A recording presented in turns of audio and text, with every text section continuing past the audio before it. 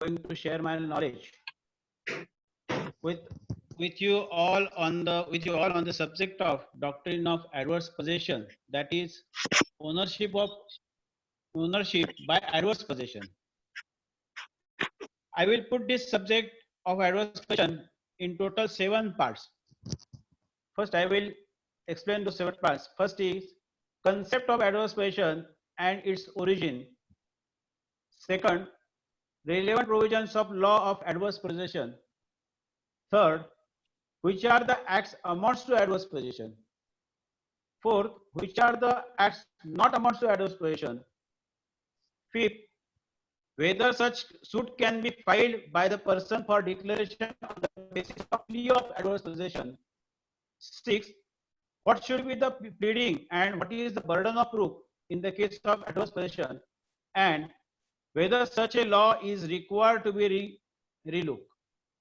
All this हे 7 जे parameters आहेत या ऍडव्हर्स पोझिशनच्या सब्जेक्टचे, त्याप्रमाणे आम्ही एक वन बाय वन आपल्याला डिस्कस करतोय.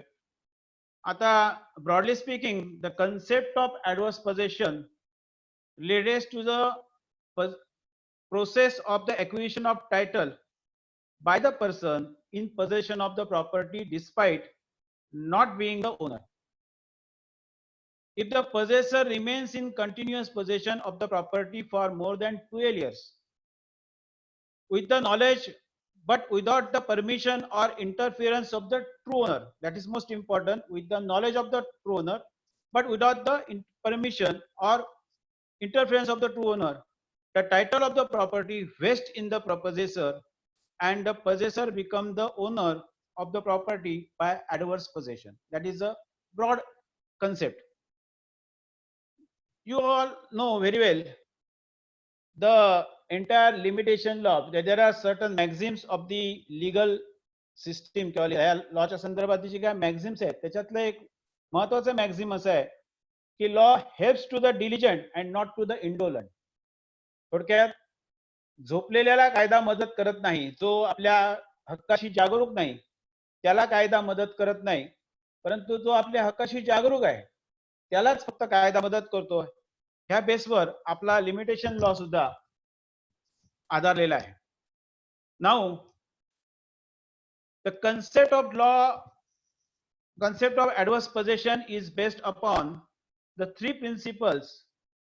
Those are, first, the title of the land should not be kept in doubt for a long time. म्हणजे कुठलीही प्रॉपर्टी ही टायटल शिवाय ठेवता येत नाही किंवा त्याचं टायटल डाऊटफुल ठेवता येत नाही किंवा टायटल इन अबेन्स ठेवता येत नाही थोडक्यात. Second, there are competing rights of paper owners, that is the true owner and the person who is looking after the land, taking care of the property.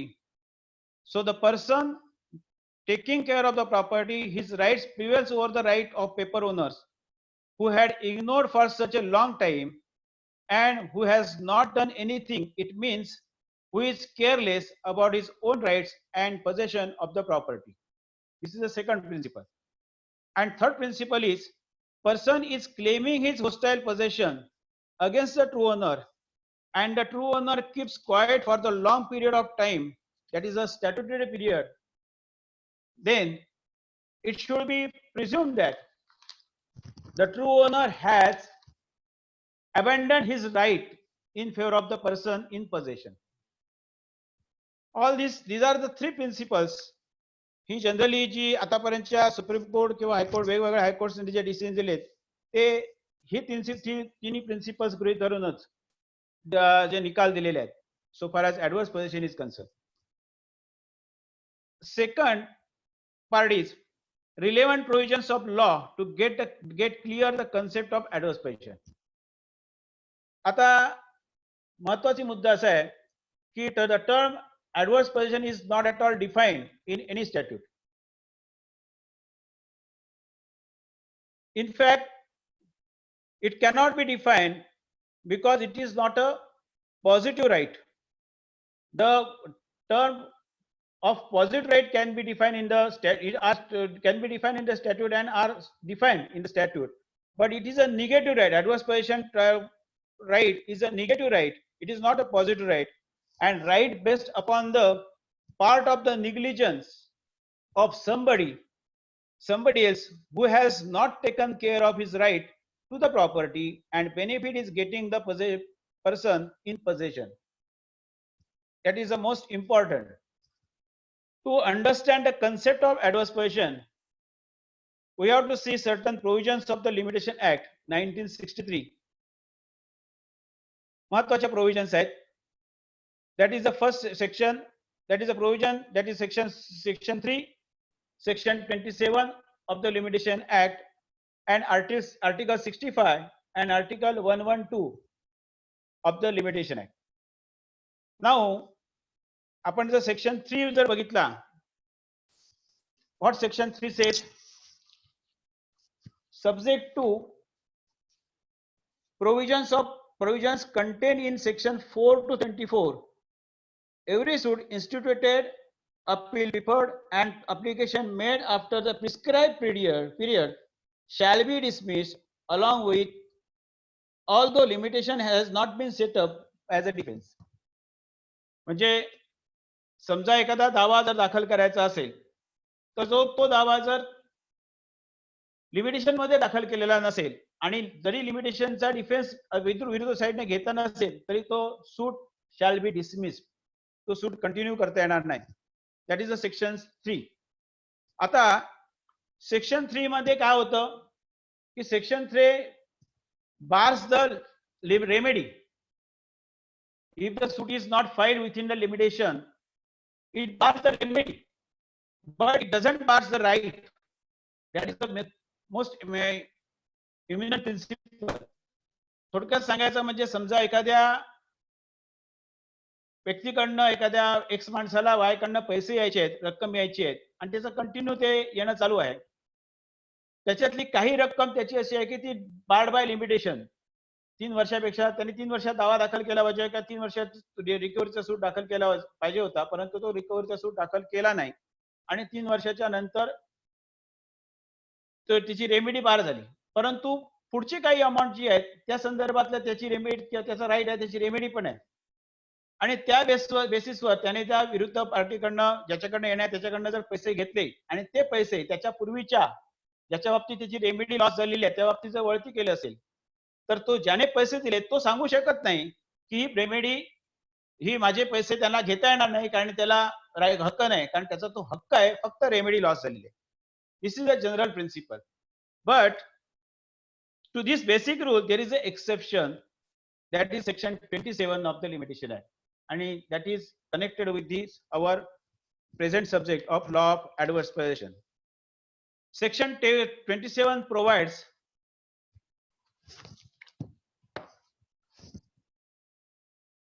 at the determination of the period hereby limited to any person for instituting a suit for possession of any property, his right to such property shall be extinguished. At the section 27, that means section 27 provides in case a person has failed to exercise his right to recover the possession of the property within the time prescribed, that is within the 12 years, what article 65 says, then his right to that property stand extinguished. म्हणजे बाकी कुठल्याही अधिक राईटच्या संदर्भात तुमचा तो right extinguish होत नाही accept दिस section 27. ह्या 27 सेक्शन मध्ये जर एखाद्याचं पोझिशन डिस्प्युटेड असेल किंवा ते पोझिशन तो त्याच्याकडे नसेल आणि त्यांनी पोझिशन साठी सूट जर 12 वर्षात दाखल केला नसेल, जे होस्टाईल पोझिशनच्या संदर्भात 12 वर्षात दाखल केलेला नसेल तर त्याचा राईट एक्सटिंग्विश होतो. हा section 27 and this is the origin of this right of adverse possession. Now article 65 provides the limitation for recovery of possession. What is a limitation? It is at 12 years and the limitation starts when the possession of the defendant becomes adverse to the plaintiff. जर ते article 65 जर काढून बघितलं तर त्यामध्ये 3 part मध्ये ते article आहे. First part description of the suit for recovery position of the immovable property of any interest therein based on title. Most important it is, कारण article 64 is the based on the previous possession. दोघांनाही 12 वर्षाचीच limitation आहे, पण article 65 is based on the title and the period of limitation is 12 years. And when the period begins, time from which the period begins, when the possession of defendant becomes adverse to the plaintiff. That is most important. Now, the concept of adverse possession has not been defined by statute. Was just I now मी आत्ताच आपल्याला सगळ्यांना सांगितलं की ही concept स्टॅट्यूट मध्ये कुठे explain केली नाही किंवा कुठे डिफाईन केली नाही. But honourable supreme court in AIR 2004 supreme court 3782 सगळ्यांनी रिक्वेस्ट आहे की कोणी सायटेशन्स लिहून घेऊ नका. मी नंतर मागवून व्हॉट्सअप आपल्या ग्रुपवर टाकणार आहे हे सगळ्या नोट्स. त्यामुळे AIR 2004 supreme court 3782 para number 22 आणि 23 याच्यातला सगळ्यात महत्वाचा आहे.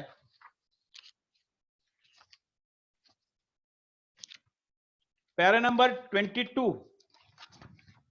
of this judgment defines what is the adverse possession.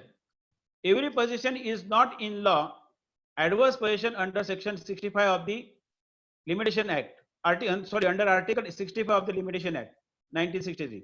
A suit for possession of immovable property or any interest therein based on title can be instituted within a period of 12 years calculated from the date when the possession of the defendant becomes adverse to the plaintiff. By virtue of section 27 of the Limitation Act, at the determination of the period limited by the act to any person for instituting a suit for possession of any property, his right of such property stand extinguished. The process of acquisition of title by adverse possession springs into action essentially by default or inaction of the owner. A person, though having no right to enter into possession of the property of someone else, does so continues in possession, setting up title in himself and adversely to the title of the owner, commences prescribing title into himself, and such prescription having continued for period of 12 years, he acquires the title not on his own but on account of the default on the inaction of the part of the real owner, which stretched over the period of 12 years result into extinguishing of the latter's title. म्हणजे थोडक्यात सांगायचं झालं तर एखाद्या व्यक्तीचं पोझेशन आहे, परंतु ते पोझेशन एखादा व्यक्ती पेपर ओनर आहे, मालक आहे स्वतः, परंतु त्याचं पोझेशन दुसऱ्याकडे आहे आणि ते दुसऱ्याकडचं पोझेशन जर त्याचं डिस्टर्ब त्याने पोझेशन केलं, त्याने होस्टाईल पोझिशन, त्याने या ओनरचा मालकी हक्क नाकारला आणि पोझेशन मध्ये राहिला तर त्याला त्याचं पोझिशन होस्टाईल झाल्यापासून 12 वर्षाच्या आत जर त्याने या पेपर ओनर जो आहे, जो ट्रू ओनर आहे, त्याने जर आपला राईट पोझिशनचा रिकव्हरी ऑफ पोझिशनचा जर एक्सरसाइज केला नाही तर विरुद्ध पार्टीला 12 वर्षानंतर जो राईट प्राप्त होतो that is a right of adverse possession. थोडक्यात सांगायचं नाव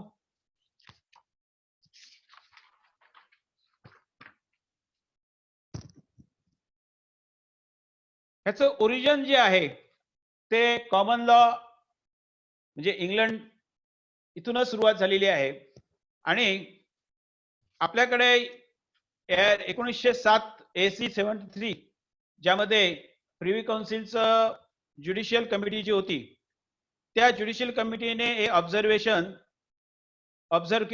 केलेला लॉ ऑफ ऍडव्हर्स पोझिशन आणि तो ज्युडिशियल त्यात जे काय ऑब्झर्वेशन आहेत which has been approved by the supreme court which is cited in AIR 1968 supreme court page number 1165.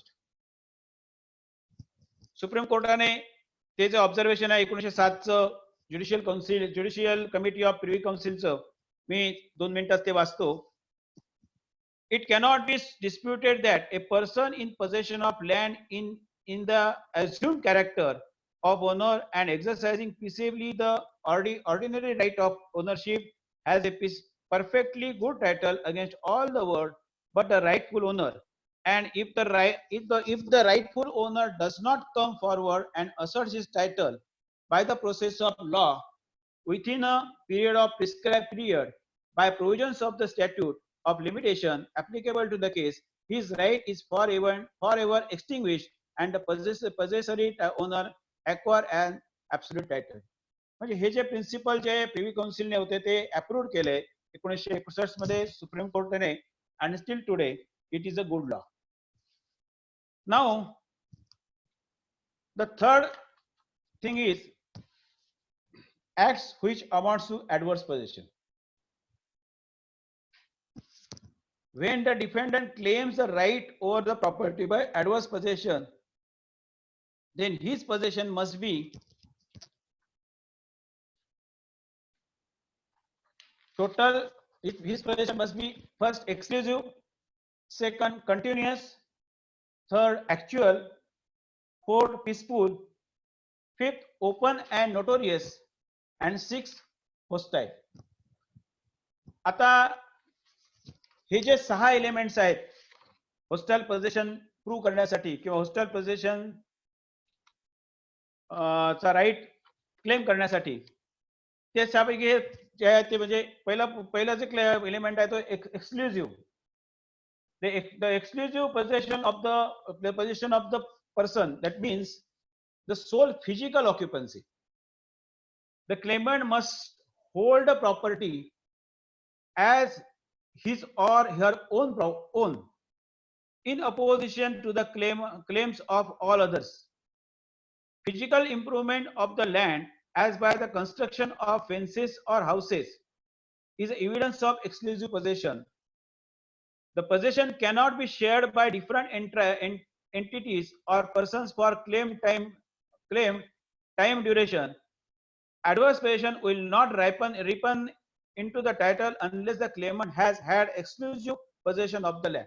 थोडक्यात जर ऍडव्हर्स पोझिशनचा क्लेम जर क्लिअर करायचा असेल तर जो स्टॅट्युटरी पिरियड आहे ह्या स्टॅट्युटरी पिरियड मध्ये जो पोझिशन क्लेम करतो ऍडव्हर्स पोझिशन त्याचं पोझिशन हे एक्सक्लुझिव्ह पोझिशन असलं पाहिजे without any sharing of any other person.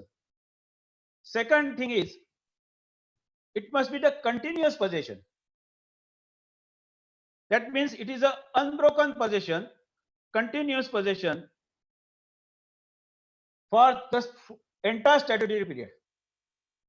आता समजा यांनी कुठलाही जर एखादा मधला ब्रेक जर असेल ओनर मध्ये आला ओनरला यांनी परत पोझिशन दिले 5-6 महिन्यासाठी वर्षभरासाठी परत ओनर निघून गेला आणि हा परत पोझिशन मध्ये राहिला no adverse possession will be, he is not entitled for the adverse possession because it must be the continuous possession and for the entire whole statutory period. Third thing is the possession must be actual, that is most important. No constructive possession is allowed. Actual possession means he must be actual possession throughout the period of the limitation, that is the statutory period. Total जे का 12 वर्षाचा statutory period आहे article 65 प्रमाणे ह्या 12 वर्षाच्या total period मध्ये त्याचा जे पोझिशन आहे त्याचं जे ताबा आहे जमिनीचा हा 12 वर्षापर्यंत हा ऍक्च्युअल पोझिशन असलं पाहिजे कन्स्ट्रक्टिव्ह पोझिशन नसता नाही. आता फिजिकल ऍक्ट्स काय आहेत ऍक्च्युअल पोझिशनचे तर physical acts like harvesting crops repairing of the buildings planting trees, erection of shades, etc. Then erection of fencing also, and it could be through which the actual possession can be determined. म्हणजे actual possession तुमचं जे आहे कशावरून determine करता येईल तर तुम्ही तिथं शेती करता तुम्ही तिथं झाडांची तोड केलेली आहे किंवा झाडांची लागवड केलेली आहे तुम्ही त्या ठिकाणी काही बिल्डिंग्स बांधलेल्या आहेत किंवा असलेल्या बिल्डिंगचं रिपेअर केलेल्या आहेत तुम्ही त्या प्रॉपर्टीला फेन्सिंग केलेले आहे म्हणजे हे जे ऍक्च्युअल जिथले जे काय वर्क आहे हे वर्क दाखवणारं that is the actual possession. Adverse possession consists of actual occupation of the land with the intent to keep it solely for oneself. Merely claiming the land or paying taxes on it without actual possession is not sufficient. म्हणजे मी फक्त शेतसारा देतोय किंवा taxes देतोय जे सर्वसाधारणपणे पुराव्यात हजर केले जातात it is not sufficient. Entry on the land, whether legal or not, is essential. A trespass may commence adverse possession, but there must be more than temporary use of the property by trespasser for adverse possession to be established. Physical acts must show that the possessor is exercising the dominion over the land that an average owner of the similar property would exercise. Ordinary use of the property, for example, planting and harvesting crops and cutting or selling of timbers, indicates the actual possession. That is a हे सगळे indication आहेत की actual position कसं असावं ते. आता चौथा जो मुद्दा आहे, चौथा जे एलिमेंट आहे ऍडव्हर्स पोझिशनच्या संदर्भात, that is a peaceful position. Your position must be peaceful. That is uninterrupted position without any interruption. म्हणजे मालकाने मध्ये कुठेतरी तुमच्यावर सूट दाखल केलेला आहे, तो मध्ये काढून घेतला. समजा एखाद्या जमीन मालकाने किंवा ट्रू ओनरने सूट दाखल केला सिव्हिल कोर्टामध्ये आणि तो सूट समजा एक वॉन्ट ऑफ प्रॉसिक्युशन किंवा काही गोष्टीमुळे तो डिसमिस झाला आणि पुन्हा तुमचं पोझिशन कंटिन्यू झालं, तर ते पोझिशन हे इंटरप्टेड पोझिशन झालं, कारण त्याने तुमच्या विरुद्ध दाखल केला होता दावा. परंतु हे अनइंटरप्टेड पोझिशन जर असेल without any interruption, then and then only you will be entitled, and that interrupted possession must be for the entire statutory period. Then and then only you will be entitled for the claim of adverse possession. त्यानंतर fifth जे याच्यातले elements आहे ते म्हणजे open and notorious position. The adverse possession must possess the land openly for the entire world to see as a true owner. थोडक्यात असं आहे की it must be open to the entire world. सगळ्या पब्लिकला, आजूबाजूच्या सगळ्या लोकांना माहित असलं पाहिजे की तुम्ही हे पोझिशन मध्ये ऍज अ ओनर म्हणूनच पोझिशन मध्ये आहात. Secretly occupying others land does not give the occupant any legal rights. म्हणजे समजा तुम्ही एखाद्याचं घर तुमच्या पोझिशन मध्ये ट्रू ओनरचं, तुम्ही त्याची चावी हस्तगत केला, रात्रीच्या वेळी फक्त राहायला जाताय, गपचूप रात्री 11 वाजता, पहाटे 5 वाजता तुम्ही निघून जाताय. लोकांना कोणाला माहित नाही, ट्रू ओनर बाहेर कुठेतरी राहतोय त्यालाही माहित नाही. हे तुमचं पोझिशन आहे, पण it is not open to the public. It is a secret position. So in such circumstances you will not be entitled for adverse possession.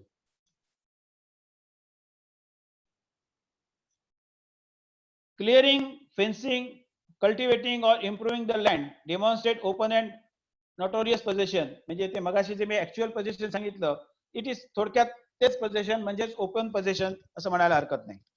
आणि last, the possession when you are claiming the title by way of adverse possession, that possession must be hostile to the true owner. That is most important factor to this, to claim the right of adverse possession.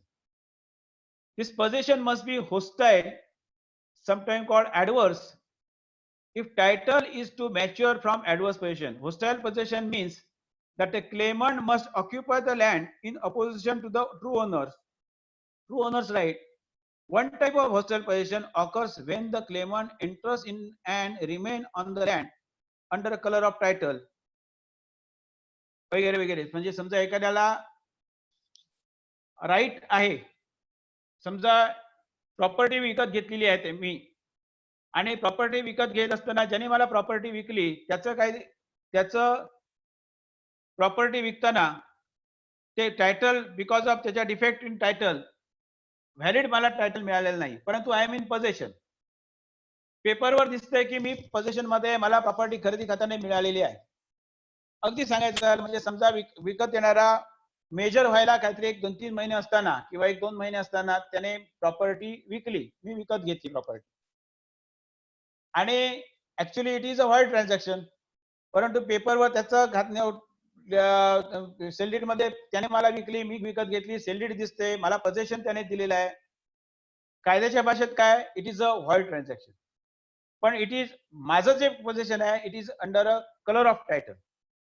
समजा तो mature झाला, म्हणजे त्याने 18 वर्ष त्याला पूर्ण झाली, 2 महिन्यांनी 18 वर्ष पूर्ण झाली, आणि पुढील 12 वर्षात ऍक्च्युली त्याने 3 वर्षात दाखल केला पाहिजे, पण पुढील 12 वर्षात त्याने समजा माझ्याकडनं पोझेशनसाठी दावा दाखल केला नाही किंवा पोझेशन माझ्याकडनं मिळालं नाही, तर आय कॅन क्लेम, जरी माझं ते खरेदी खत हे व्हॉइड असलं तरी I can claim my title as adverse by adverse possession, because that possession जे तो ज्या दिवशी मॅच्युअर झाला त्या दिवशीपासून माझं पोझेशन हे hostile to that owner, that is his hostile possession. आता Supreme Court here specifies the states, specifically states in 2004-10 Supreme court cases page number 779. The person when he is claiming the title by adverse possession or he is claiming adverse possession, hostile possession, what should he show in his claim? That is most important what Supreme Court has provided.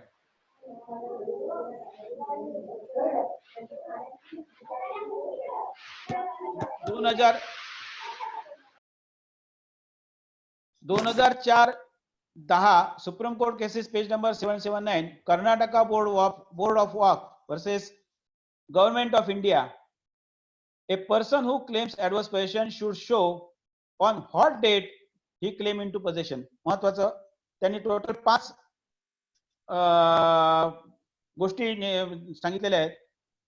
The person who is claiming adverse possession should show on what date he came in possession. He must specify the date on what date he has come in possession. Second, on what was the nature of his possession. समजा तो परमिसिव्ह पोझेशन असेल, true माल ओनरने त्याला राहायला म्हणून दिलेले असेल, तो नात्यातला असेल किंवा नोकर असेल त्याला राहायला असेल, तो पोझेशन मध्ये असेल तर ते ट्रू होणार नाही. त्यामुळे the nature of the possession he has to specify. Third thing, whether the factum of possession was known to the other party. त्याचं पोझेशन मगाशी जे सांगितलं ते open to the public. Whether the factum of possession was known to the other party. Fourth, how long his possession has continued. किती वर्ष त्याची पोझेशन आहे, statutory period झालेला आहे की नाही, स्टॅट्युटरी पिरियड पेक्षा बाहेर किती वर्ष झाली हे पण त्याने त्याच्यामध्ये नमूद केलं असलं पाहिजे. आणि his possession was open and undisturbed.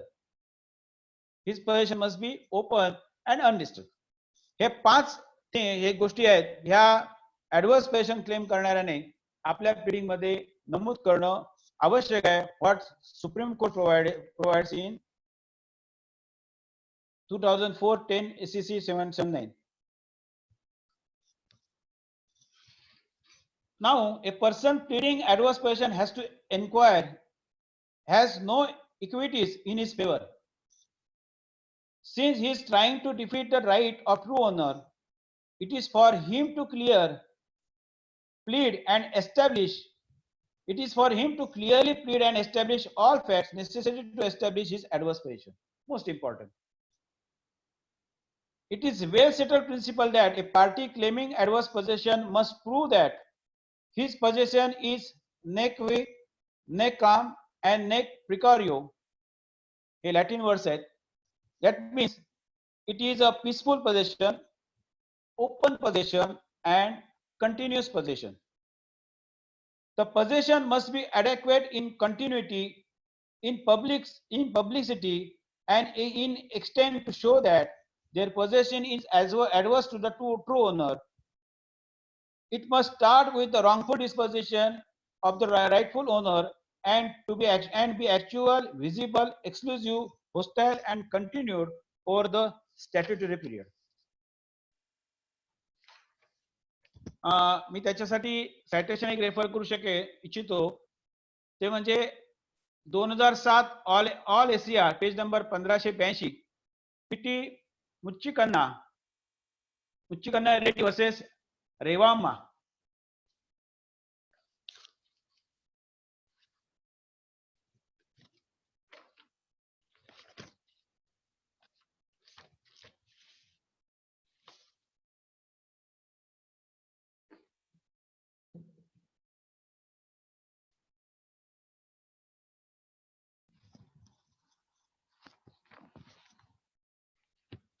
या सायटेशन मध्ये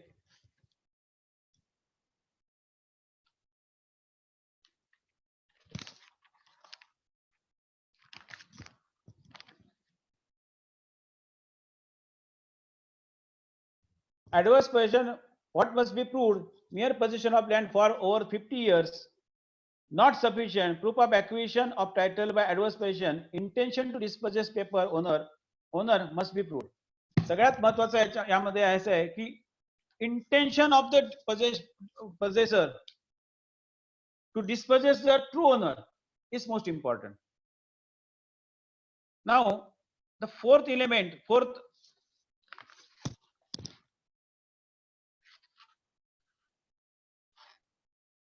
subject is act which do not amount to adverse possession.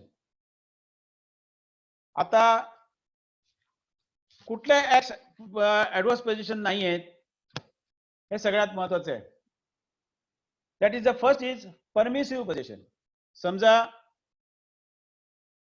माझं घर आहे एक मुंबईला, माझ्या नात्यातला अगदी जवळच्या नात्यातला किंवा जवळचा मित्र मुंबईला गेला आणि मुंबईला त्याला मी तो माझा फ्लॅट आहे तो राहायला दिला.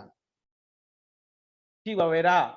आम्ही एक लायसन्स अग्रीमेंट केलं, ओरल लायसन्स आहे, लायसन्स काय रायटिंग मध्ये पाहिजे असं नाही, पण ओरल लायसन्स आहे. त्याप्रमाणे त्याला सांगितलं त्याला पाहिजे वर्षभरासाठी त्याचा प्रॉब्लेम आहे. वर्षभर त्याला मी राहायला दिलं. साधारण एक वर्षानंतर त्याने मला रिक्वेस्ट केली की नाही मला अजून एक 6 महिने पाहिजे. ठीक आहे बाबा 6 महिने राहा. परंतु 6 महिन्यानंतर तो हलायचा नावच घेईना. 6 महिन्यानंतर मात्र तो तिथं कायम राहिला. तो जवळजवळ 12 वर्षापर्यंत, 12 वर्षाहून जास्त काळ. त्याचे पहिले जे 1.5 वर्षाचा पिरियड जो आहे हा पिरियड हा परमिसिव्ह पोझिशन आहे. हा जर पिरियड मी परमिसिव्ह परत 6 महिन्यानंतर सुद्धा मी त्याला जर दिलं की बा ठीक आहे मी लायसन्स अग्रीमेंट केलं किंवा रेंट अग्रीमेंट केलं असेल किंवा मी त्याला माझा केअरटेकर म्हणून तिथं ठीक आहे माझा तू राहा आणि माझ्या फ्लॅटची केअर पण घे, काळजी पण घे, असं जर मी त्याला दिलेलं असेल, that is a permission, that position is a permissive possession and permissive possession cannot hold the title of adverse possession. आता परमिसिव्ह पोझिशनच्या बाबतीत एक्सेप्शन सांगितलं ते मगाशी मी तुम्हाला आता सांगितलं तेच की एक्सेप्शन असं आहे की परमिसिव्ह पोझिशन आहे. समजा माझी प्रॉपर्टी एक्स माणसाची प्रॉपर्टी सिंधुदुर्ग मध्ये आहे, तो राहतोय तिकडे कुठेतरी पश्चिम बंगाल किंवा आसामला वगैरे किंवा नेपाळला राहतोय. आता बरेचसे लोक नेपाळला आहेत आपल्यापैकी. आणि हा नेपाळला राहणारा माणूस याने इकडे एक्स माणसाला ही प्रॉपर्टी भाड्याने दिली. साधारण एक 50-60 वर्षापूर्वी दिली भाड्याने 50, त्यावेळी 100 रुपये वगैरे भाडं असेल. आणि सडनली त्या एक्स माणसाने त्या जागेचं भाडं देणं स्टॉप केलं. स्टॉप केल्यानंतर एक 20 वर्षानंतर सन 20 वर्षानंतर सन 55-75-76 दरम्यान त्याने स्टॉप केलेलं असेल भाडं.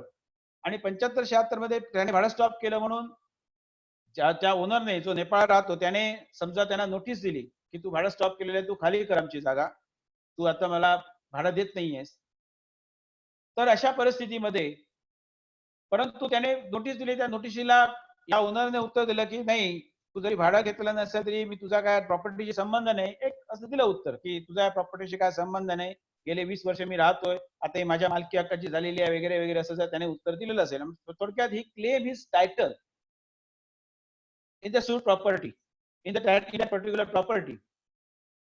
आणि जर त्या ओनरने ते तसा क्लेम केल्यापासून जर 12 वर्षात त्याने जर त्याच्यावर ऍक्शन घेतली नाही for recovery of possession, then that possession will be hostile. That is because that possession it become hostile when he त्याने ज्यावेळी ते उत्तर दिलं त्यावेळी त्यांनी ते 12 वर्षाचं त्याने ते याच्यावर ऍक्शन जर घेतलेली नसेल तर 12 वर्षांतर the person who is in possession, the ex person who is in possession becomes the owner by adverse possession. That is the exception. Otherwise permissive possession cannot be adverse at all. Second is section 53A of the TP Act. म्हणजे agreement to सेलच्या आधारावर agreement to sale केलंय, registered agreement to sale, आता register करावं लागतं. Registered agreement to सेलच्या आधारावर त्याने पोझेशन दिलंय आणि मला पोझेशन मिळाले आणि काही कारणामुळे ते अग्रीमेंट एक्झरसाइज झालेलं नाही किंवा सेल डीड झालेलं नाही किंवा ते अग्रीमेंट काय लिगल असेल इलिगल असेल काय असेल किंवा काहीतरी त्याच्यामध्ये प्रॉब्लेम निर्माण झाला तर on the basis of that agreement, because that possession is received to me under section 53A, I got the protection of that possession under section 53A of the TP Act. And when such protection is received to me under that section, then I can't claim the possession, it is a hostile possession, and I can't claim it is a hostile possession, and I can claim adverse possession also. So that I would like to point out the citation is 1996 Supreme Court cases page number 639. Relevant para आहे त्याच्यामधला 4.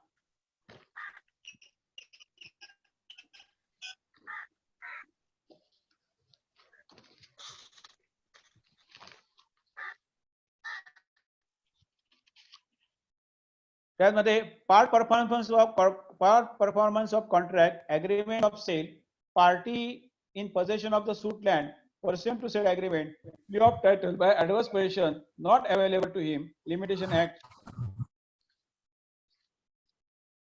त्यानंतर third thing is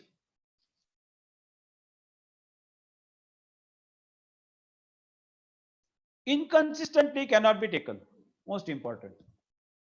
generally आपल्याकडे हे सगळं होतं म्हणजे property पोझेशन मध्ये असली वादीने समजा दावा दाखल केला रिकव्हरी ऑफ पोझेशनचा की प्रतिवादींकडून प्ली घेतली जाते पहिली प्ली घेतली जाते आम्ही टेनंट आहोत आम्ही 1957 च्या 1457 च्या पूर्वीपासून आमच्याकडे पोझेशन आहे हे आहे ते आहे आणि त्यामुळे आम्ही गेली कित्येक वर्ष इथं वहिवाट करतो बसतो वगैरे वगैरे आणि आम्ही यांना खंड दिला होता आमचे संबंध चांगले असल्यामुळे खंड आम्हाला मिळाला नाही खंड त्यांनी पावती दिली नाही वगैरे वगैरे घालतो सगळं आणि आपण त्याच्यामध्ये कैफियत देऊन टाकतो की आम्ही याचे टेनंट आहोत आणि त्याचबरोबर पुढच्या पॅरेग्राफ मध्ये आपण म्हणतो इन केस वैकल्पिकरित्या की उद्या आम्हाला जर आम्ही हे टेनंट नाही असं ठरलं तर आम्ही इतके वर्ष पोझेशन एवढी वर्ष पोझेशन मध्ये आहोत त्यामुळे आम्हाला आम्ही विरुद्ध कब्जाने मालक झालेलो आहोत असं आम्हाला घोषित करून मिळावं अशी एक प्ली घेतली ती आता दिस प्ली इज अ इनकन्सिस्टंट प्ली because to claim the right of adverse possession,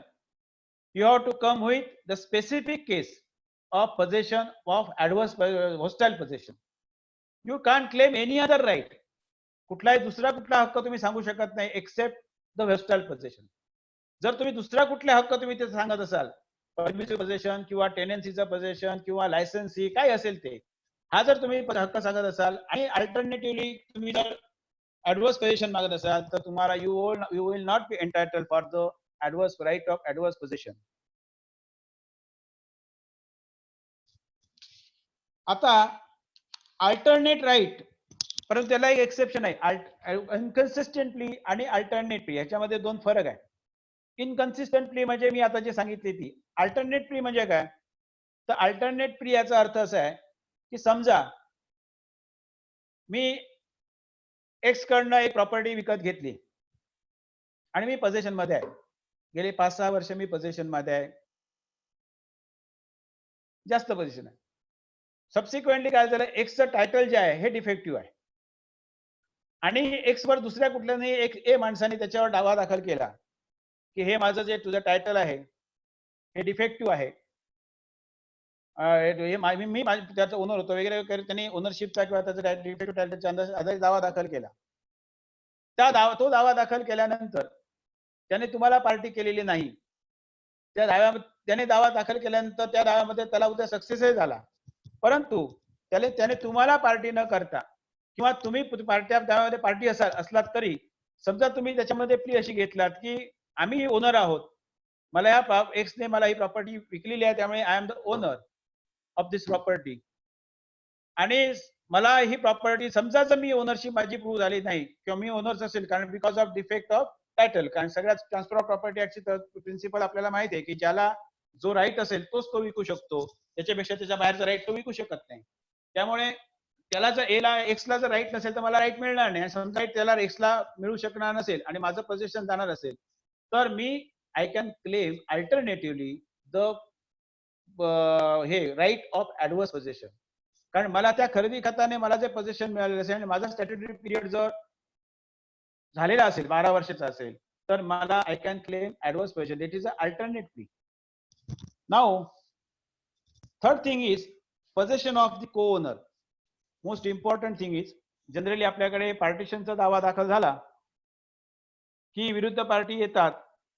साधारण मुंबईचा कोणतरी असतो किंवा बाहेर राहणार असतो, तो पार्टिशनचा दावा दाखल करतो, बरेच वर्ष मुंबईला राहतो आणि गावाकडचा ज्याच्या हातात प्रॉपर्टी असते तो प्रॉपर्टी कसतो, ज्याच्याकडे ही प्रॉपर्टी असते संपूर्ण, तो त्याच्या विरुद्ध दावा येतो आणि तो ज्यावेळी त्याच्या विरुद्ध दावा दाखल होतो त्यावेळी तो तिथे एक प्ली घेतो की ही जरी मी हा माझा भाऊ असला किंवा माझा को ओनर असला किंवा हे असला तरी मी या प्रॉपर्टीमध्ये ही संपूर्ण प्रॉपर्टी माझ्या कब्जात आहे, माझ्या पोझिशन मध्ये आहे, त्यामुळे I cannot be the I am the owner of adverse position.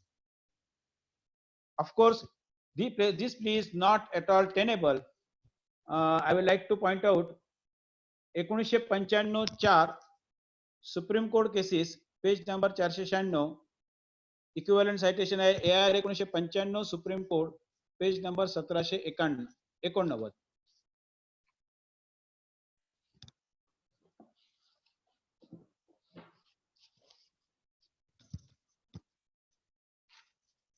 Of course हे कोओनरला एक बार आहे, परंतु समजा कोओनरला ऑस्ट केलेलं असेल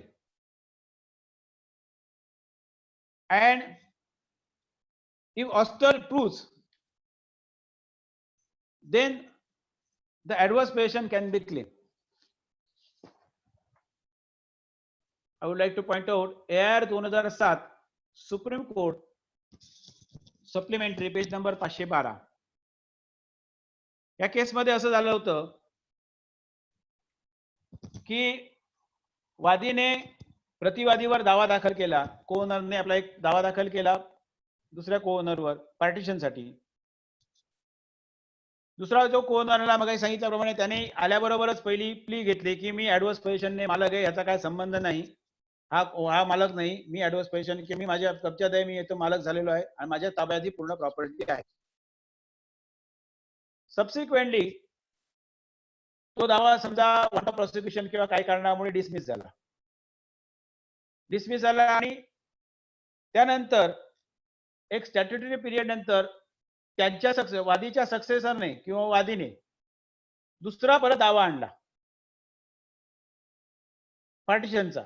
हा पहिला दावा डिसमिस झाला म्हणून दुसरा दावा आणला किंवा त्याच्या सक्सेसरने दावा आणला, तर तो जो दावा आणलेला असेल त्या बाबतीत क्लिअर कर ऑस्ट ऑफ दी असल्यामुळे त्या परिस्थितीमध्ये the dependent can claim the right by adverse position. कारण जी पहिली रिटर्न स्टेटमेंट त्यांनी दिलेली आहे, कारण return statement once it is filed in the court it becomes a public, त्यामुळे एकदा ती रिटर्न स्टेटमेंट फाईल केल्यानंतर त्या रिटर्न स्टेटमेंट मध्ये त्यांनी स्पेसिफिक माझं आपलं पोझिशन क्लेम केलेलं आहे.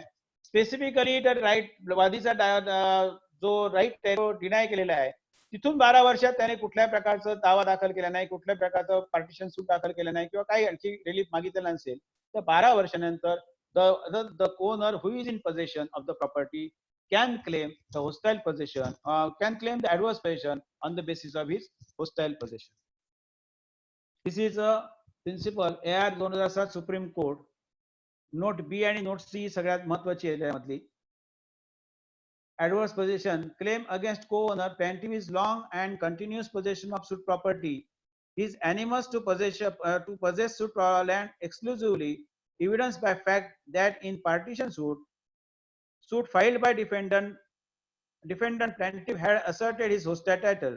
Partition suit were dismissed. Defendant does have knowledge of the hostile title claimed by plaintiff at least from date of suit filed by plaintiff 18 years and after denial of the title of defendants.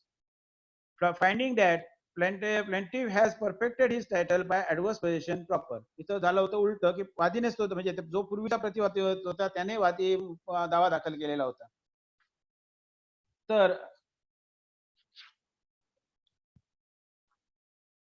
प्रत्यक्षात the possession along with the co-owner म्हणजे co-ownerच्या संतोषाने जे position आहे, it is not adverse position, it is a permissive position and if it is unless it is auster. त्यानंतर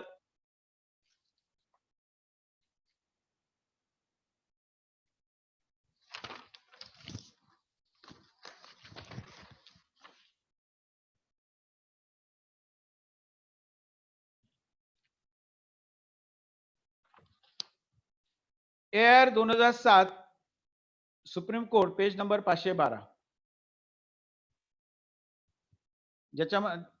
ज्यामध्ये जे मी आता just refer केलं ते. त्यानंतर limitation act section article 65 adverse position claim against co-owner limitation starting point suit for partition. ठीक आहे, sorry. त्यानंतर महत्वाचा मुद्दा जो आहे तो पुढचा D, adverse position does not operate on unalienated rights or restrictive rights. आता पण आपण 3 बघितली, परमिसिव्ह ओनर, परमिसिव्ह पोझिशन,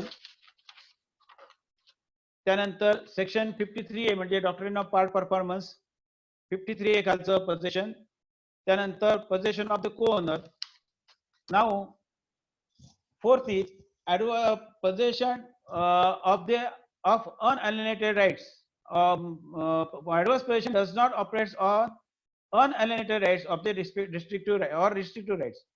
थोडक्यात सांगायचं म्हणजे समजा प्रॉपर्टी सिलिंग ऍक्ट आपल्या अस्तित्वात आल्यानंतर किंवा जे भूमिहीन होते, जी एक्सेस लँड, जी सरप्लस लँड होती शेतकऱ्यांकडची सिलिंग लिमिटच्या बाहेरची, ती land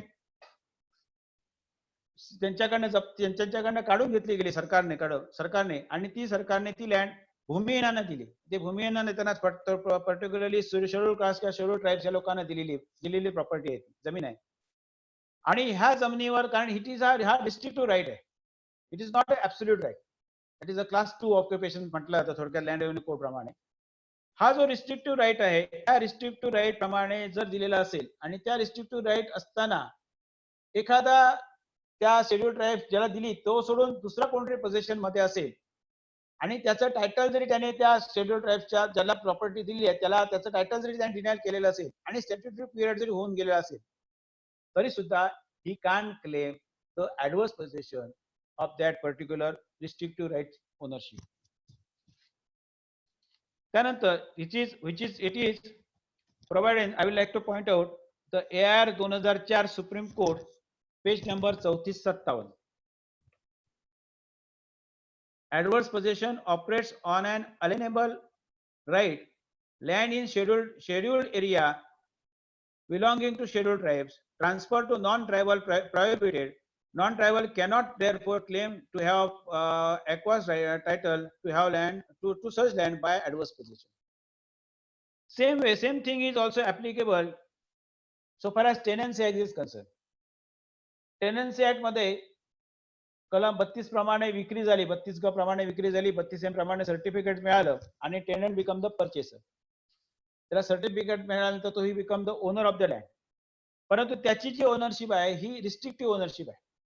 this is not absolute ownership, it is restricted by section 43 of the tenancy act. तर अशा टेनन्सी अशी ज्यावेळी रिस्ट्रिक्टिव्ह ओनरशिप आहे, आता एक काढले की 10 वर्षापर्यंत झालेले असेल तर त्याला रिस्ट्रिक्शन नाहीये, परंतु 10 वर्षाच्या आतली आहे धरा, तर ही रिस्ट्रिक्शन जी असेल आणि जर एखादा प्रॉपर्टी त्याने दुसऱ्याला विकली without permission of the collector किंवा without under section 43 and he remain in possession, actually this is a invalid set because without prior permission the property cannot be sold. आणि असे असताना सुद्धा विदाउट परमिशन त्याने जर विकलेली असेल आणि तो स्टॅट्युटरी पिरियड पेक्षाही जर परचेसर त्या प्रॉपर्टी मध्ये राहिलेला असेल, तरी सुद्धा तो त्याचं ही इनव्हॅलिड सेल आहेच, परंतु he can't claim the title by adverse position because it is a invalid title. And त्यामुळे ह्या टेनन्सी ऍक्ट प्रमाणे असे इनव्हॅलिड जर कुठल्याही प्रकारचे ट्रान्झॅक्शन झालेले आहेत which is specifically invalid transactions असतील अंडर टेनन्सी ऍक्ट, म्हणजे सेक्शन थोडक्यात 43 असेल किंवा 64 असेल किंवा आणखी इतर सेक्शन्स आहेत, या सेक्शन्स खाली जर एखादं ट्रान्झॅक्शन झालेलं असेल त्यांच्या परमिशन किंवा त्याची कुठला जी कंप्लायन्स असेल ते फॉलो न करता जर झालेलं असेल आणि ते इनव्हॅलिड टायटल असेल आणि त्या इनव्हॅलिड टायटलच्या आधारे आणि जर तो घेणारा जर मालक झालेला असेल, मालक म्हणजे ओनर पोझिशन मध्ये आलेला असेल, तर त्याचं पोझिशन त्याचं मालकीहक्क त्याला त्या टायटलचं टायटल मिळणारच नाही, परंतु he can't claim that ownership by adverse position also.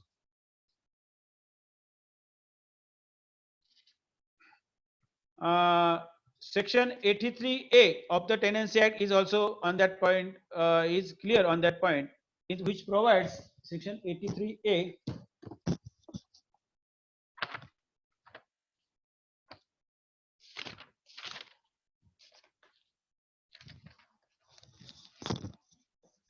काय सांगतोय, no person shall acquire land by transfer where such transfer or acquisition is invalid under any of the provision of this act.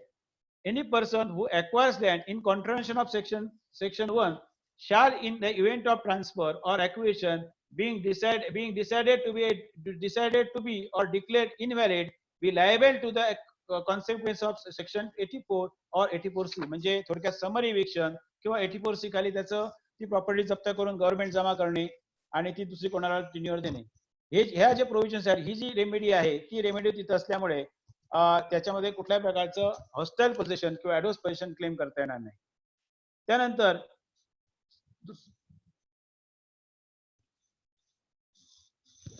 आता during pendency किंवा समजा एक litigation चालू आहे आणि litigation मध्ये जर एखादी प्रॉपर्टी ट्रान्सफर केलेली असेल आणि ह्या लिटिगेशनला सेक्शन 52 ची, उद्या त्या ट्रान्सफरला सेक्शन 52 ची बाधा आलेली असेल, म्हणजे माहिती आहे ना, list pendens of transfer of property act section 52, हा सेक्शन 52 ची जर बाधा येऊन लिस्ट पेंडन्स मध्ये ट्रान्सफर केलेली जे काय प्रॉपर्टी असेल ती व्हॉइड झाली आणि बिकॉज ऑफ दिस लिस्ट पेंडन्स, हे लिस्ट पेंडन्स समजा 12 वर्ष, 20 वर्ष, 15 वर्ष, 20 वर्ष चालू आहे कोर्टामध्ये, त्याच्यापूर्वी त्या दरम्यान हे त्याच्या अगोदरच हे transfer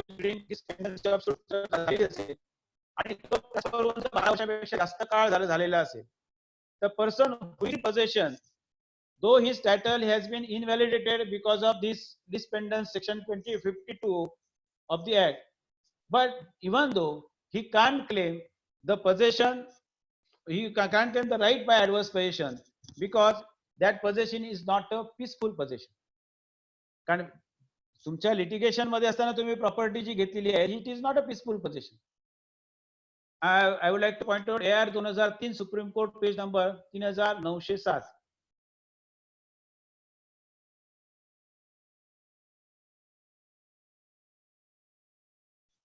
Mere long possession of defendant for more than 12 years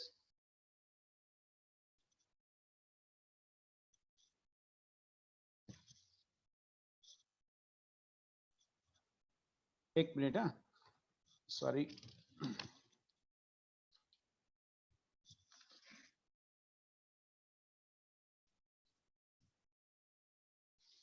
हाँ ते आहे ती 2017 ऑल एसआर पेज नंबर 733,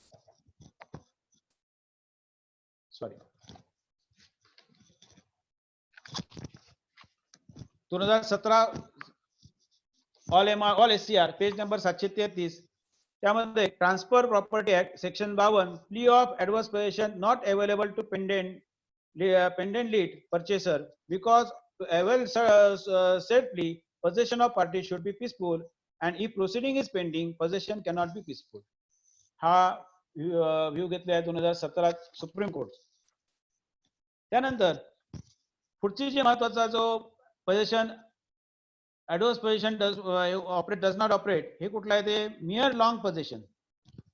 समजा एखादा व्यक्ती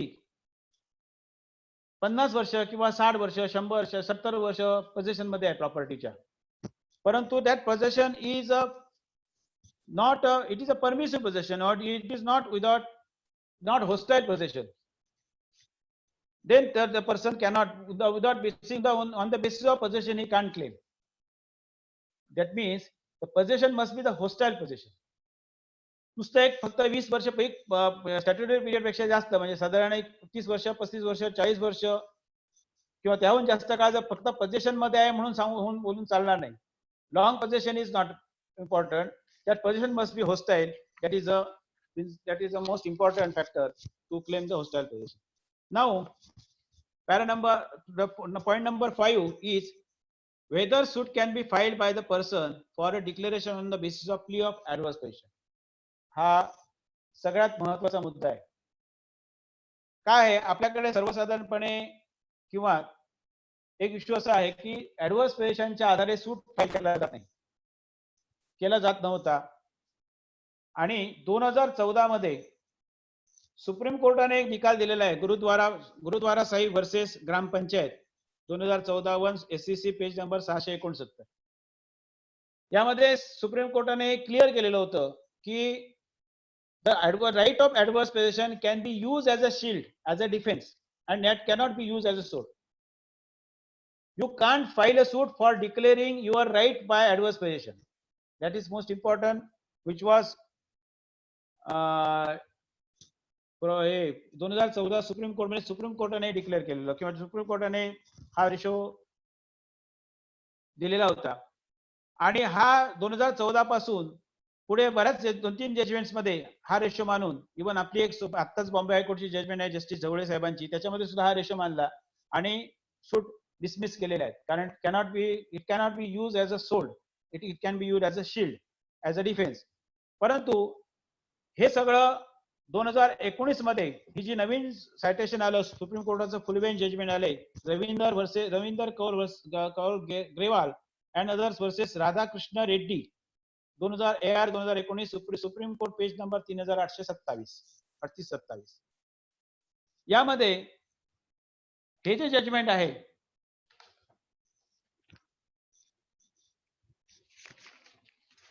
ह्या जजमेंट मध्ये सुप्रीम कोर्टाने बराच केस लॉ डिस्कस केला आहे. मला वाटतं मी सगळ्यांना आवर्जून सांगेन की ही जजमेंट प्रत्येकाने मुद्दाम काढून पहा आणि पूर्ण वाचा, कारण यामध्ये बराच प्रमाणात ऍडव्हर्स पोझिशनचा कायदा डिस्कस झालेला आहे.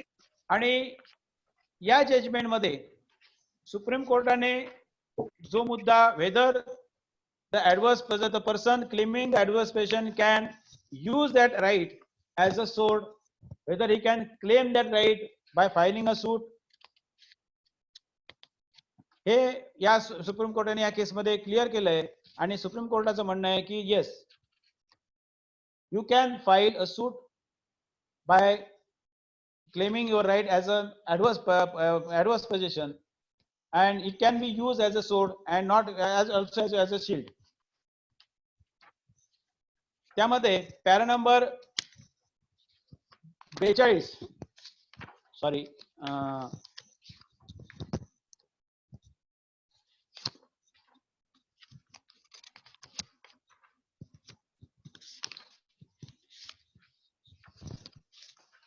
पॅरा नंबर 45 पासून जे पुढचे पॅरा आहेत हे खूप महत्वाचे आहेत. पॅरा नंबर 45 मध्ये सुप्रीम कोर्टाने जे आर्टिकल 65 त्याचा इथं उल्लेख केलेला आहे. आर्टिकल 65 काय सांगतं की मगाशी मी वाचलेलं आहे, for possession of immovable property and interest therein based on title, period of limitation is 12 years. When limitation starts, when the possession of the defendant becomes adverse to the plaintiff.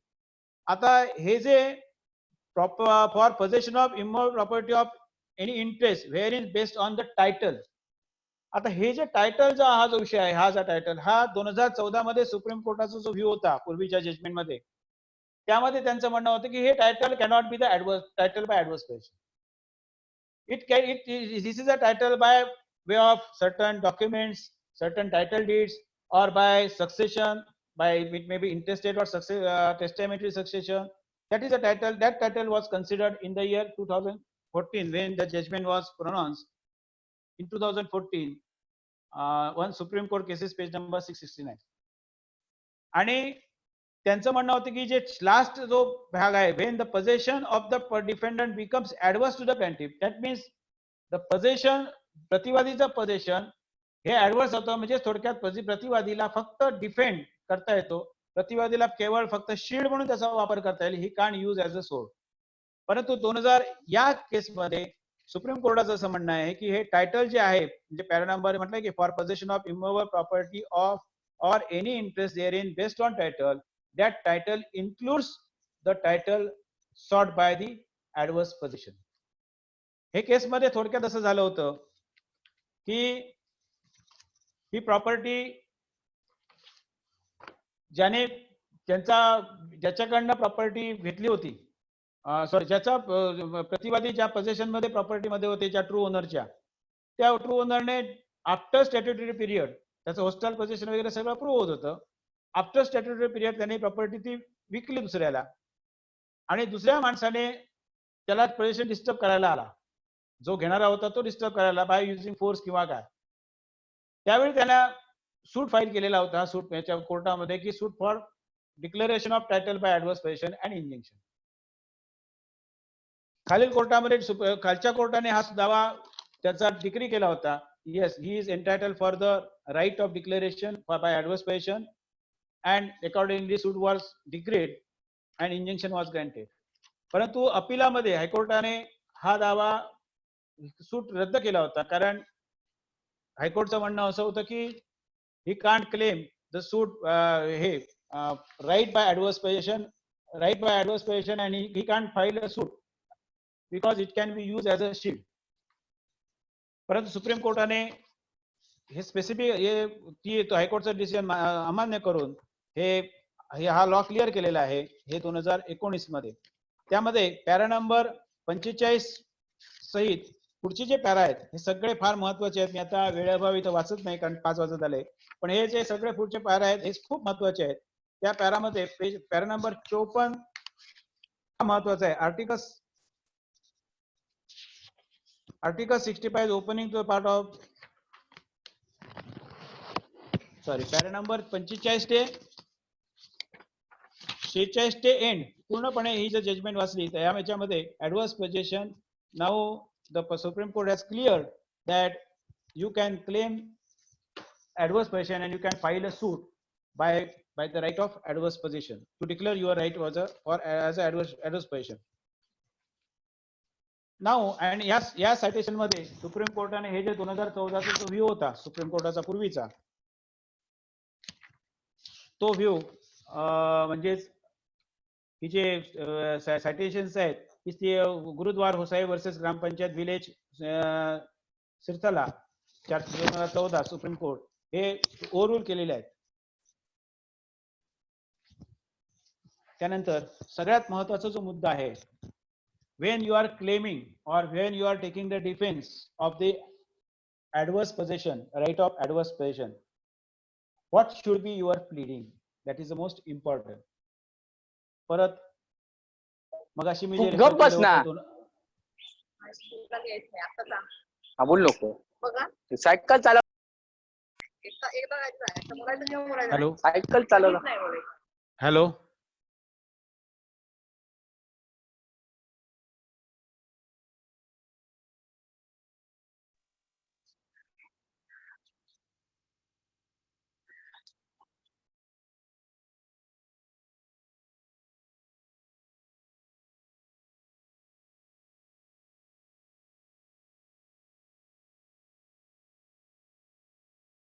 Again ते 2004 मगाशी मी जे refer केलं होतं 2004 supreme court cases page number 779 Karnataka board of versus government of India came into play. त्याच्यामध्ये सुप्रीम कोर्टाने clear केलेलं आहे की त्यामध्ये physical fact of exclusive position you have to plead.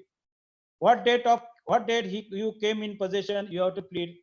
What was the nature of the possession you have to plead. Factum of possession was known to real owner you have to plead.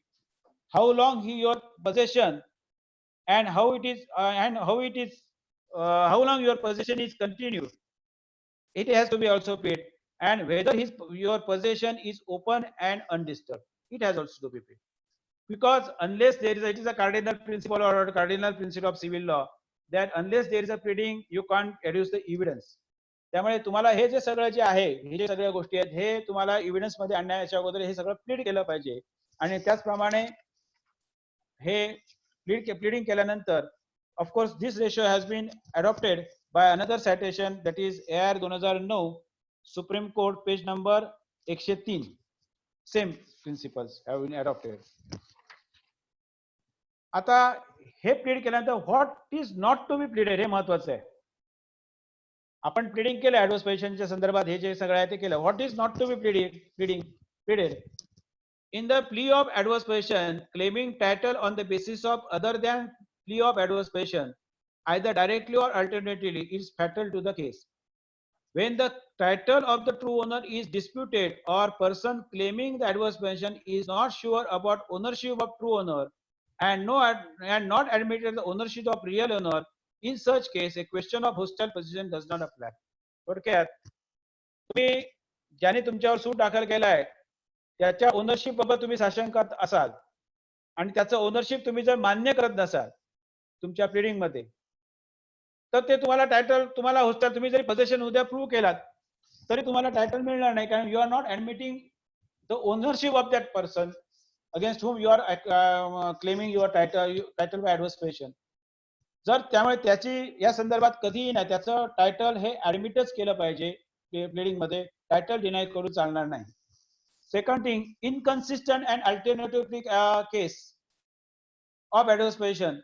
In case of adverse possession, inconsistent plea is not permissible, but alternative pleas and possession can be taken. मगाशी मी मगाशी उदाहरण दिलेले आहे ते टेनंटच्या संदर्भातले. इनकन्सिस्टंट प्ली होणार नाही. मगाशी सांगितल्याप्रमाणे टेनंट आणि मालक अशी दोन वेगवेगळ्या प्ली घेता येणार नाही. जी काय तुम्हाला प्लीडिंग करायचं असेल ते व्हेरी स्पेसिफिक प्लीडिंगने तुम्ही आलं पाहिजे की I am owner of by adverse possession only. मी आता टेनंट होतो, मी लायसन्सी पण आहे आणि जमलं तर नाही हे झालं तर मी ऍडवर्स पोझिशन मध्ये मी मालक होतो असं घेता येणार नाही. त्यामुळे मस्ट बी स्पेसिफिक अँड आणि अल्टरनेटिव्ह प्ली मात्र घेता येते, परंतु ती अल्टरनेटिव्ह मगाशी जी सांगितलं मी टेनंटचा जे सांगितलं होतं उदाहरण दिलं होतं त्याप्रमाणे अल्टरनेटिव्ह प्ली घेता येते. Now the burden of proof. whose the burden of proof is there? Definitely the person who asserts the title, he has to prove his title. That is the cardinal principle. Here the laptop. Hello. In case of plea of adverse possession, the burden lies on the person who is claiming the title by adverse possession. त्यामुळे मगाशी जे मी सगळे element सांगितले त्याचं position must be open position असलं पाहिजे, होस्टाईल position असलं पाहिजे, कंटिन्युअस पोझिशन असलं पाहिजे, पीसफुल पोझिशन असलं पाहिजे, ऍक्च्युअल पोझिशन असलं पाहिजे. हे जे सगळे जे मी एलिमेंट सांगितले हे एलिमेंट्स हे सगळे प्रूव्ह करण्याची जबाबदारी हे जो हे ऍडवर्स पोझिशन क्लेम करतो त्याच्यावर आहे. आणि समजा वादीने दावा दाखल केला आणि प्रतिवादीने ऍडवर्स पोझिशन क्लेम केला तर वादीची एवढी जबाबदारी आहे की वादी plaintiff has to prove his own title. ते सुद्धा जनरली गरज नाही, कारण ज्यावेळी तो त्याचं ऍडवर्स पोझिशन सांगतो त्यावेळी टायटलची मोठी प्रश्न येत नाही, परंतु त्याला बाकी पोझिशन किंवा बाकी काय प्रूव्ह करायची वादीला गरज नाही. प्रतिवादीला ही गरज आहे की प्रतिवादीने पोझिशन प्रूव्ह केलं पाहिजे, ते पोझिशन होस्टाईल आहे हे प्रूव्ह केलं पाहिजे, ते पोझिशन स्टॅट्युटरी पिरियड पेक्षा जास्त आपल्याकडे आहे हे प्रूव्ह केलं पाहिजे, ते पोझिशन कंटिन्युअस आहे हे प्रूव्ह केलं पाहिजे, ते पोझिशन एक्सक्लुझिव्ह आहे हे प्रूव्ह केलं पाहिजे, आणि ते position without any interruption and without any interruption आहे हे त्याने पीसफुल पोझिशन आहे हे पण प्रूव्ह केलं पाहिजे. Now the last one is whether such law is required to be revoked. Last मुद्दा राहिलेला आहे. आता हा ऍडवर्स पोझिशनचा एकंदरीत जर कायदा बघितला तर कोणाच्याही मनात शंका येईल की एखाद्याचा निग्लिजन्स ऑन हिज पार्ट, फक्त त्याचा निग्लिजन्स जर असेल, एखाद्या जमिनीच्या मालकाचा ट्रू ओनरचा जर निग्लिजन्स असेल त्याच्या प्रॉपर्टीच्या पोझिशनच्या संदर्भात किंवा उपभोगाच्या संदर्भात तो जर असेल तर त्या निग्लिजन्सची फार मोठी शिक्षा त्याने 12 वर्षाचा त्याने त्या प्रॉपर्टीवर निग्लेक्ट केला, त्याला कुठला राईट एक्सरसाइज करायचा पोझिशनचा, तर त्याला फार मोठी शिक्षा या कायद्याने थोडक्यात ही सेक्शन 27 ने दिलेली असं दिसतं. कारण 12 वर्षामध्ये हा जो पिरियड आहे हा पिरियड सगळ्याच बाबतीत सगळ्याच वेळी हे निग्लिजन्स असतो असं नाही. आपल्याकडे इंडियामध्ये फार मोठे काही गोष्टी अशा आहेत. One of the factor is the poverty. एखादी व्यक्ती खूप गरीब असते, त्याची प्रॉपर्टी आहे परंतु काही कारणामुळे तो तेवढा लॉस झाला की तो गरीब झालेला आहे किंवा तो गरीब असतो आणि त्याला कोर्टात जाऊन आपला राईट एक्सरसाइज करणं शक्य नाहीये, किंवा काही असे फॅमिली सिच्युएशन किंवा काही अशा गोष्टी त्याच्यामध्ये कौटुंबिक म्हणा किंवा सामाजिक गोष्टी अशा घडलेल्या असतील की ज्या मी तुम्हाला एक्झॅक्टली सांगू शकत नाही, पण काही गोष्टी घडतात ज्या गोष्टीमध्ये तो आपला राईट एक्सरसाइज करू शकत नाही 12 वर्षात, which is not recognise by law. म्हणजे कोर्टामध्ये त्याला कुठल्याही प्रकारचा डिफेन्स नाही की मी माझी गरिबी आहे म्हणून मी येऊ शकलो नाही किंवा माझी कौटुंबिक प्रॉब्लेम असे येऊ शकलं नाही, माझं बाकी कुठला आजारपण आहे म्हणून मी येऊ शकलो नाही, हे कोर्टामध्ये सांगता येणार नाही.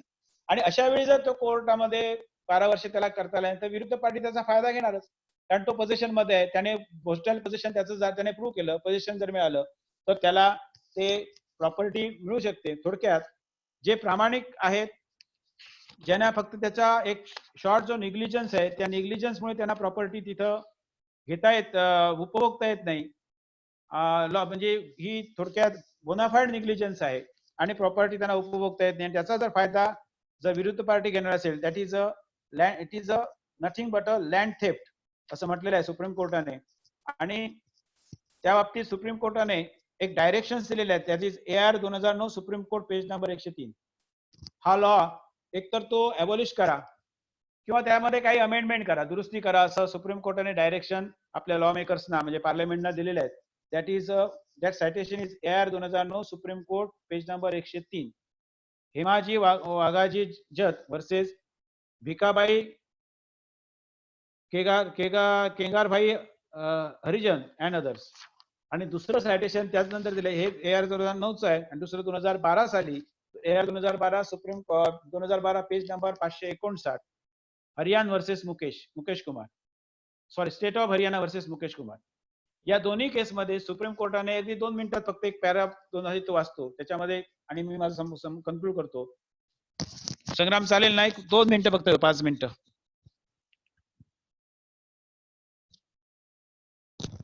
In case the parliament decides to retain the law of adverse possession, the parliament might simply require adverse possession claimants to possess the property in question for a period of 30 to 50 years rather than a mere 12 years. Such an extension would help to ensure that the successful claimant have lived on the land for generations and are therefore less likely to be individually culpable for the trespass, along with although their forbearance might. A longer statutory period would also decrease the frequency of the adverse possession suit and ensure that only those claimants most intimately connected with the land acquires it, while only the most passive and unprotected owners lose the title. थोडक्यात ह्या दोन्ही जजमेंटद्वारे supreme कोर्टाने असं म्हटलेलं आहे की हा जो कायदा आहे हा खरोखर अन्याय करणारा कायदा आहे.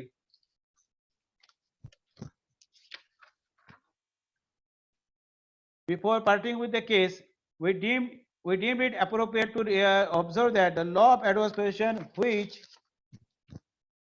asked an owner or on the basis of inaction within the limitation, is irrational, illogical and wholly disproportionate. हे स्पेसिफिक वर्डिंग ऑफ सुप्रीम कोर्टाचे, आणि त्याप्रमाणे सुप्रीम कोर्टाने ह्या कायदा एक तर रिपील करा किंवा त्याच्या ऍडव्हर्स पोझिशनचा जो पिरियड आहे स्टॅट्युटरी पिरियड याच्यामध्ये वाढ करा.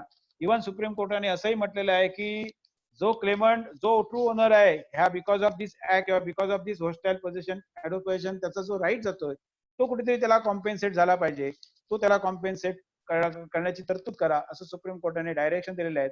परंतु दुर्दैवाने अजूनपर्यंत या डायरेक्शनचा कुठलाही कॉग्निझन्स आपल्या लॉ मेकर्सनी किंवा पार्लमेंट कडून घेतला गेलेला नाही. त्यामुळे स्टील जो काय लॉ आहे तो ऍज इट इज चालू आहे. त्यामुळे for conclusion, last conclusion, I would like to point out adverse possession now is one of the method for acquiring title to the real property by possession for statutory period under certain conditions. The said period is governed by statute. Under the doctrine, the person may establish his ownership against the true owner, and after the fulfillment of all legal requirements, the owner of the property must have actual knowledge of adverse possession. The word continuity means regular, uninterrupted or uninterrupted of the occupancy land. As per the Article 64 of the Limitation Act, the prescribed period of 12 years and the prescribed period in case of government is 30 years. The starting point of limitation begins from the expression of hostile animals amounting to denial of title or the real owner of the real owner of or owner to his knowledge. The onus is lies on the party to set up the title and the basis of adverse possession. Presumption and probabilities cannot be substituted for the evidence. थोडक्यात सांगायचं की ज्याचा जो owner आहे त्याच्याकडनं 12 वर्षापेक्षा position जर विरुद्ध पार्टीकडे असेल आणि ते पोझिशन जर होस्टाईल असेल आणि 12 वर्षापेक्षा त्या 12 वर्षाच्या कालावधीत जर ओनर ट्रू ओनरने कुठलाही राईट आपला पोझिशन घेण्यासंदर्भातला राईट एक्झरसाइज केलेला नसेल तर त्या ओनरला तो विरुद्ध party owner by adverse position होऊ शकतो आणि त्यामुळे this is a total concept which I tried to place before you. I hope you may have understood this entire concept. So I conclude this today's lecture. Thank you very much. Thank you very much, Suryakant. तुला माझा आवाज येतोय ना? हो येतोय. Okay. So anybody having queries? काही लोकांनी message वरती क्वेरीज टाकले आहेत पण तरी पण आपण डायरेक्ट जर काही क्वेश्चन्स कोणाचे असतील तर घेऊया. So I request anybody having queries और questions kindly you can go ahead and ask the questions. मला वाटतं अमोलनी एक क्वेरी टाकली होती. You can ask him directly. You can ask Amol, तो विचारायला. Sir, A has entered into agreement with B with a possession clause, already given possession through that agreement, registered agreement, and then he denied to go for sale deed. Then A filed civil suit, which was technically denied by the court. Now, after 12 years, Yes. that possession period, whether he can file suit for adverse possession. हा त्याचं जर आता या केसमध्ये फक्त तुमची fact कशी आहे त्याच्यावर अवलंबून आहे. समजा त्याने सूट तुमचा जर डिसमिस झालेला असेल म्हणजे तुम्ही सूट फॉर दाखल केलेला फॉर स्पेसिफिक परफॉर्मन्स आणि तो डिसमिस झालेला असेल आणि विरुद्ध पार्टीने तुमच्याकडनं पोझिशन जर क्लेम केलं नसेल कारण जो डिसमिस झालेला त्या डिसमिसच्या तारखेपासून तुमचा टायटल जे जो पोझिशन आहे it becomes the hostile position. Yes, that is ex parte suit. Suit is ex parte, sir. असेल काय असेल तू एक्सपार्टीसाठी सूट असेल तरी तो डिसमिस झालाय ना तुमच्या Yes, तुम्ही yes. सूट फाईल केला होता ना तो जर डिसमिस झालेला technical असेल ground. टेक्निकल ग्राउंड मध्ये डिसमिस झाला असेल परंतु पोझिशन तुमच्याकडे आहे तर यू Yes. कॅन क्लेम कारण तिथून तुमचा पिरियड सुरू झाला. Yes. मगाशी जे मी सायटेशन सांगितलं ते कुठं होतं की डायरेक्ट तुम्ही 53A खाली तुम्हाला पोझिशन मिळालंय आणि कुठेतरी अग्रीमेंट तुमचं चुकीचं ठरतंय तुम्ही तर त्या 53A च्या आधारे तुम्ही होस्टाईल पोझिशन सांगू शकत नाही. परंतु तुझ्या केसमध्ये वेगळी गोष्ट आहे तुम्ही त्या डेट पासून तुम्ही होस्टाईल पोझिशन सांगू शकता आणि you can become the adverse owner by adverse. Thank you, sir. Thank you. Anybody else अजून कोणाला काही क्वेरीज असेल तर please you can raise your hands और you can directly ask the questions to Khanolkar sir. या लेक्चर मध्ये ज्या citations Khanolkar साहेबांनी रेफर केलेल्या आहेत त्या सगळ्या citations will make a note of it and those will be circulated on this group very soon by Khanolkar sir. Anybody else? Sir, hello. Yes. This is Rakesh Pathak. My query Yes, is that Mr. Khanolkar, that whether this adverse possession is applicable to public property or public land. If it is applicable, then what Hello? is? I can't. Hello. Hello. हा सूर्यकांत माझा आवाज येतोय? हा. Hello. हा बोला. Sir माझी query अशी आहे whether this adverse possession is applicable to public property. If it is so, then what is the limitation period and what will the pleading for claiming the public property? Public property म्हणजे तुम्ही public प्रॉपर्टीचं position तुमच्याकडे आहे. Yes. हा then article 112 is म्हणताय का तुम्ही government property? थोडक्यात government property का? Government property. Yes. Yes, Article 112 is applicable of Limitation Act. Article 112 provides 30 years period, 30 वर्षाचा पिरियड 112 आणि 112 31 वर्षाच्या पिरियड मध्ये जर तुमचं पोझिशन होस्टाईल असेल गव्हर्नमेंटच्या अगेन्स्ट गव्हर्नमेंट तर you can claim the title by adverse position. Hello त्याचा पिरियड आहे 30 वर्ष. हॅलो, हा बोला ना. Okay. याचा you, पिरियड you जो very आहे much. हा 30 आवाज येत वर्षाचा नाही, आहे. आवाज येत नाहीये. एक हॅलो हा संदीप निंबाळकर, तुम्हाला काही विचारायचं आहे का? नाही नाही. साहेब, मी त्याच्या साहेब मगाशी जे कोणते त्यांना मी एक सायटेशन सांगू इच्छितो. 2016-2 all MR page number 521, justice Roshan दळवींचं जजमेंट आहे बघा. Okay. Yes, 2016-2 all MR page number 521.